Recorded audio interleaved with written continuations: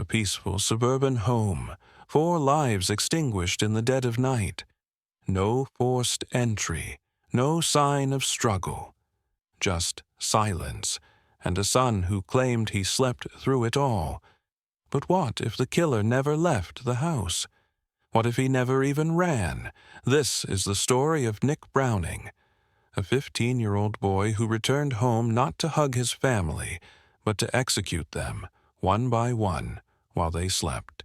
A perfect student, a well-mannered son, and, beneath it all, a cold-blooded killer.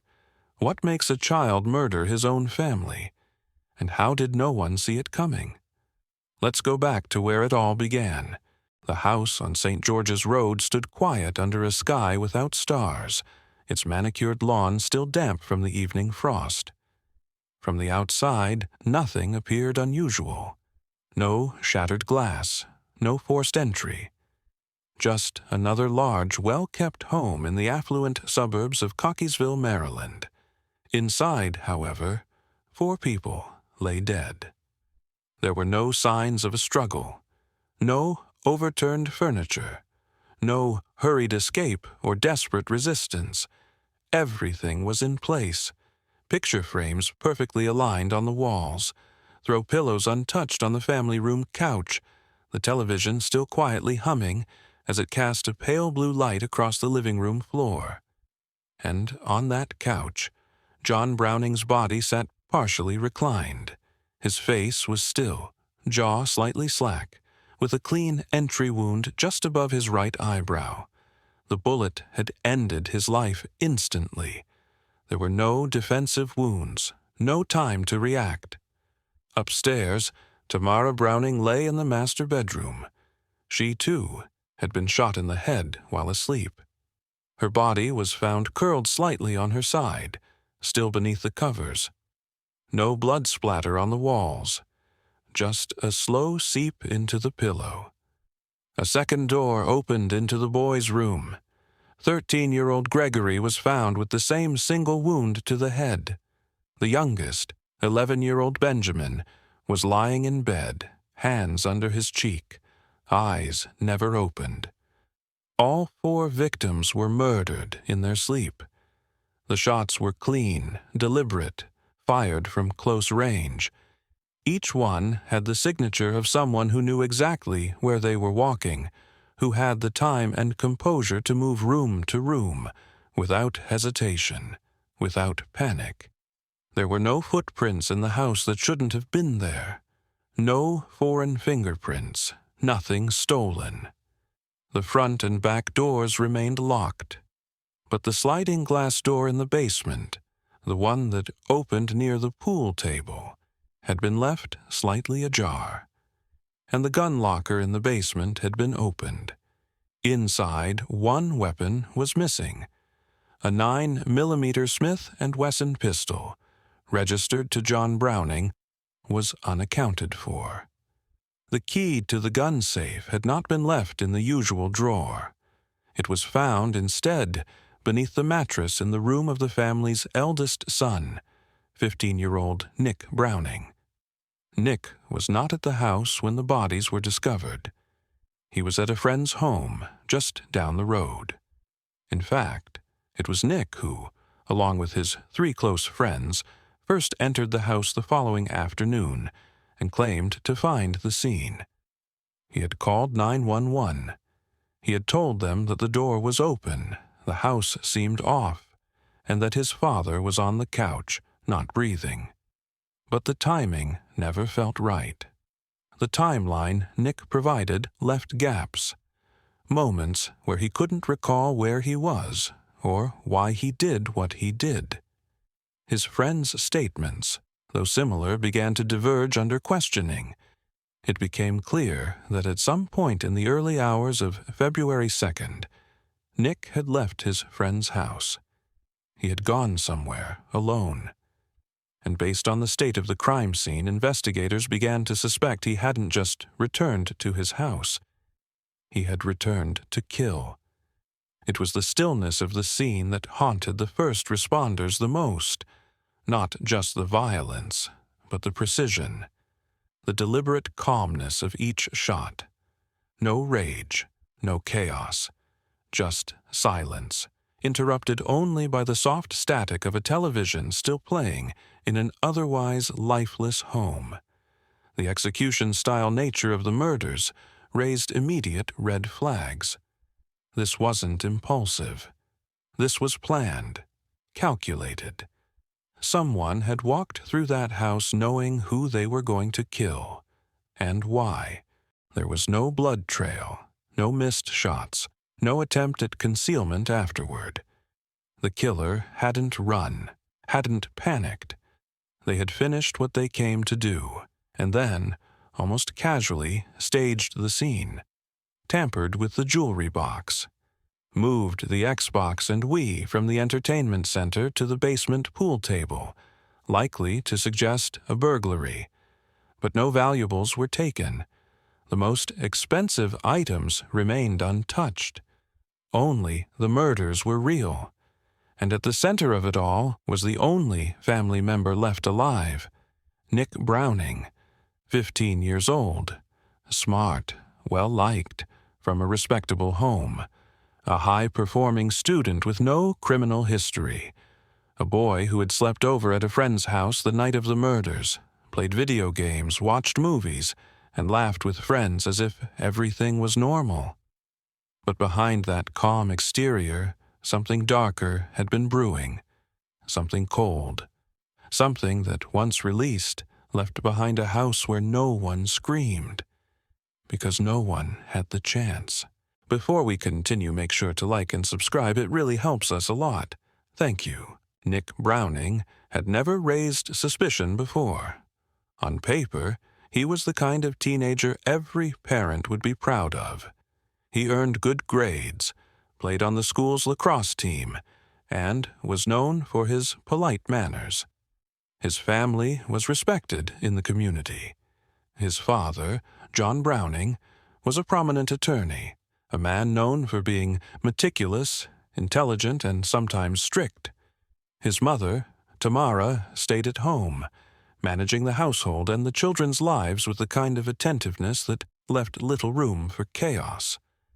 It was, from the outside, a picture of stability, even privilege. But family photos can't capture silence. They don't show what goes unspoken across dinner tables.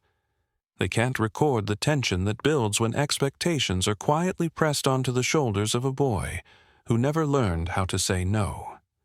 Inside the Browning household, rules were clear. Responsibilities were divided. Achievements were expected. Nick, as the oldest son, carried the weight of that structure more than anyone. And yet, he never rebelled, at least not outwardly. He smiled when spoken to. He nodded when corrected. He followed the path laid out for him, even as something inside him began to fray. Interviews with Nick's friends later revealed that he had started expressing quiet frustration with his father, not in bursts of anger, but in moments of sarcasm, offhand comments, or tired sighs when talking about rules, curfews, or how little freedom he felt he had. Some mentioned that John Browning was demanding, particularly with Nick, that he expected nothing short of excellence. One friend even recalled Nick calling his father a dictator under his breath during a casual conversation, before quickly brushing it off with a laugh. The truth, as it often is, lay in the margins. Nick wasn't abused in the traditional sense. There were no police reports, no bruises, no school counselors flagging concerns. But the pressure in the home was constant, the kind that accumulates quietly over time, pressing into the identity of a teenager until he begins to believe that his life is no longer his own. Psychologically, it is in these slow accumulations of unaddressed emotion that risk begins to grow. A child who internalizes resentment without confrontation, who smiles through disappointment, who hides behind academic success, can sometimes become unreachable by traditional measures of intervention. And when that resentment deepens into helplessness, when every choice feels predetermined, every hour accounted for. The desire for control can become overwhelming. In Nick's case, the line between helplessness and hatred may have blurred without him fully realizing it. The murder of his family was not driven by chaos, nor even sudden rage. It was driven by calm, silent intention, the most dangerous kind. That night, as investigators would later confirm, Nick left his friend's house after midnight. He told no one. He rode his bike through the quiet streets of the neighborhood he'd known his whole life, returned to his family's home, and entered through the unlocked basement door, the one he had asked his younger brother to leave open. He knew the gun was out, resting on the basement workbench. He knew where the ammunition was kept. He knew better than anyone the layout of the house and the routines of those inside. And perhaps, most chilling of all, he knew they wouldn't fight back. The boy, who had always followed the rules, had finally decided to break the only one that mattered. But even then, he did it without shouting, without struggle. Just quiet footsteps, a loaded weapon, and the unbearable weight of silence that followed. No one had seen it coming. Not his friends, not his teachers, not even his parents. Because Nick had never let them see it. He had smiled, nodded, achieved. And when it all became too much, he didn't run. He walked back into the home he had grown up in, not to escape it, but to end it. By the afternoon of February 2nd, Nick Browning was standing on his front lawn, arms folded tightly across his chest, eyes fixed on the flashing lights of police cruisers that now lined the quiet street. His three friends hovered nearby, pale and confused, barely speaking. When the first officers entered the house, the four boys were ushered aside, their statements collected separately.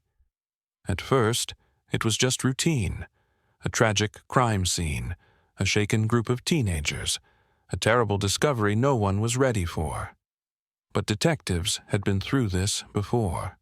They noticed the inconsistencies almost immediately. The timeline didn't quite make sense. The way Nick described finding his father, cold and clinical, without emotion, raised questions. So did his claim that the lights had still been on when he arrived. The alarm system hadn't been tripped. There was no sign of forced entry. And Nick, despite everything, didn't shed a tear. His friends had more to say. At first, they tried to protect him. They spoke in vague terms, avoided certainty, offered the kind of hesitant answers that could be chalked up to shock. But under quiet, separate interviews, pieces began to emerge. Nick had left in the middle of the night, they admitted. Around 1 a.m.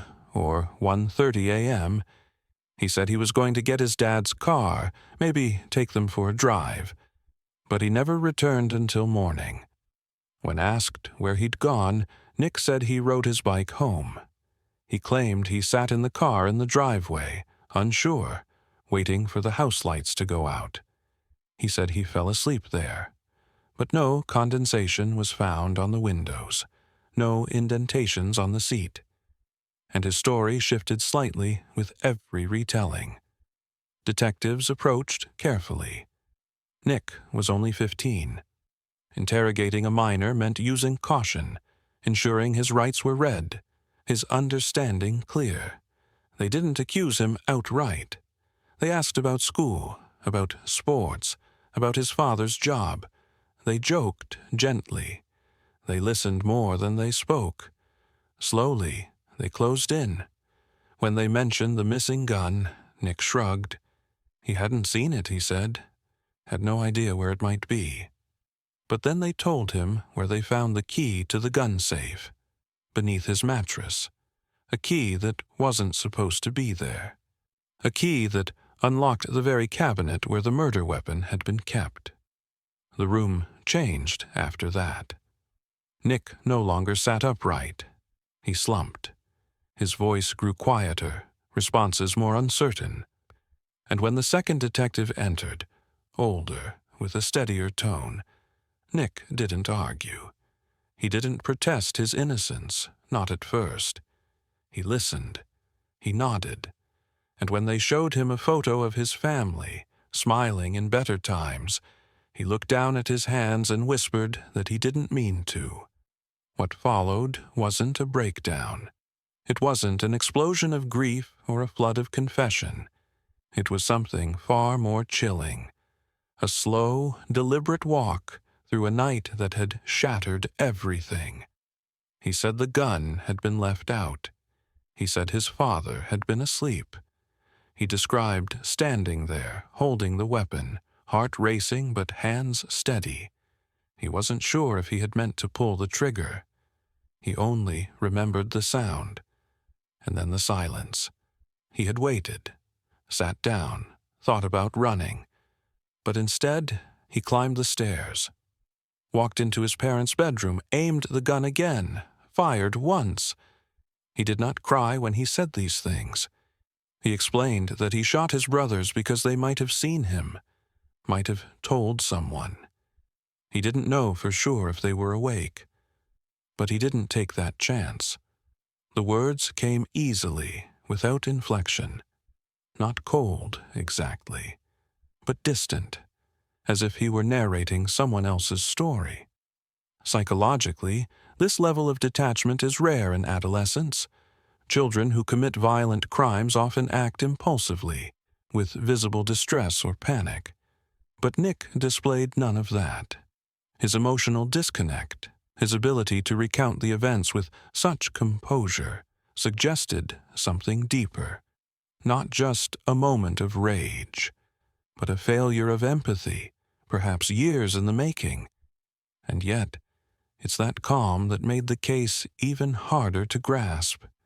He was not a monster in appearance. He had friends. He had a future. He had every opportunity to stop what he was doing. But he didn't. He returned to his friend's house that morning, made pancakes with the others, played video games, and waited. Waited for the police to find what he had done. Waited, perhaps, to see if anyone would see through the mask. And when they finally did, he didn't fight. He didn't run. He just watched the pieces of the life he destroyed fall quietly into place. In the sterile quiet of the interrogation room, with his hoodie sleeves pulled over his hands and his body slouched low in the chair, Nick Browning gave one final glance toward the door before he spoke. His voice was barely louder than a whisper, flat and almost devoid of weight. He didn't ask for a lawyer. He didn't demand his parents, though by then he knew they were gone. Instead, he started talking, as if something inside him had finally given way, not in anguish, but in exhaustion. He described returning to the house sometime after 1 a.m, said he knew the gun would be there. His father had been cleaning it earlier that week, left it sitting out on the basement workbench. Nick had seen it many times before. He knew how to load it, how to hold it properly. His father, a man who believed in responsibility through knowledge, had made sure of that. He said he stood there for a long time, just watching his father sleep on the living room couch. The television was still on, casting its faint blue light against the far wall. The house was silent, but not peaceful. Nick's breath was uneven, heart pounding in his ears. He raised the gun, lowered it, raised it again. It was almost mechanical. There was no conversation in his head, no inner voice screaming to stop. Just an overwhelming urge to end something he couldn't name. The shot was quick. His father's body didn't move after the sound. No twitch, no gasp. Just stillness. Nick didn't check for a pulse. He didn't touch him. He simply turned, walked upstairs, and opened the master bedroom door. He found his mother sleeping on her side, her hair tucked beneath her cheek, her breath shallow and slow. He watched her for a while, longer than he had his father. He later said he hesitated. But then, without warning, he pulled the trigger. Once, twice, just to be sure. His brothers were next. He didn't say their names as he recounted it. He only referred to them as the boys. One slept with a blanket pulled to his chin, the other curled against the wall. He didn't know if they heard the earlier gunshots. He didn't give them time to react. Each was shot in the head. They never opened their eyes. Then he went back downstairs. He sat on the couch beside his father's body and waited. For what, he couldn't say. Eventually, he walked to the basement, shifted the Xbox and Wii onto the pool table, rummaged through a jewelry box in his mother's room, and left the back door ajar. He wanted it to look like a burglary. He wanted it to seem random, as if someone else had crept into the house that night. But it didn't. The scene told a different story, one of intent, of planning, of someone who knew exactly where each family member slept and how to reach them without waking the others. There was no panic in the layout, no hesitation in the order of the killings. It had all unfolded too smoothly. What made the confession harder to absorb wasn't just the content. It was the tone. Nick didn't cry. He didn't shake or shout. He wasn't proud. He wasn't defensive. He was just detached, as if the killings had happened to someone else, and he was merely remembering them on behalf of a stranger. From a forensic psychology standpoint, this emotional disconnection can suggest a profound lack of empathy, often seen in early stages of antisocial personality development. But at 15, Nick was too young for such a formal diagnosis. Still, the markers were present: shallow affect, manipulative behavior, absence of remorse. When the detective asked him why he had done this, what drove him to such irreversible violence, Nick's answer was painfully simple. He said he felt trapped, that his life wasn't his, that his parents controlled everything. He described his father as cold, critical, impossible to please. He said he was tired of pretending, tired of being the perfect son. He didn't want to be afraid anymore. But even as he spoke those words, there was a sense of distance in them, as though he had built those feelings not in the heat of the moment, but in silence, over months, maybe years. Feelings that had hardened into something far more dangerous than anger. Something that couldn't be reasoned with once it took root. The interview ended with Nick calmly telling the detectives where he had hidden the murder weapon. Beneath a bush, just a short ride from his friend's house. He offered to take them there. Said it was fine. Said he wanted to be helpful. And then, once they stepped out of the room, he leaned back in the chair, placed his feet on the table, and waited. No handcuffs yet. No guards. Just a boy alone in a room, having confessed to killing the 4 people who had once called him son, brother, family. Still, he did not cry.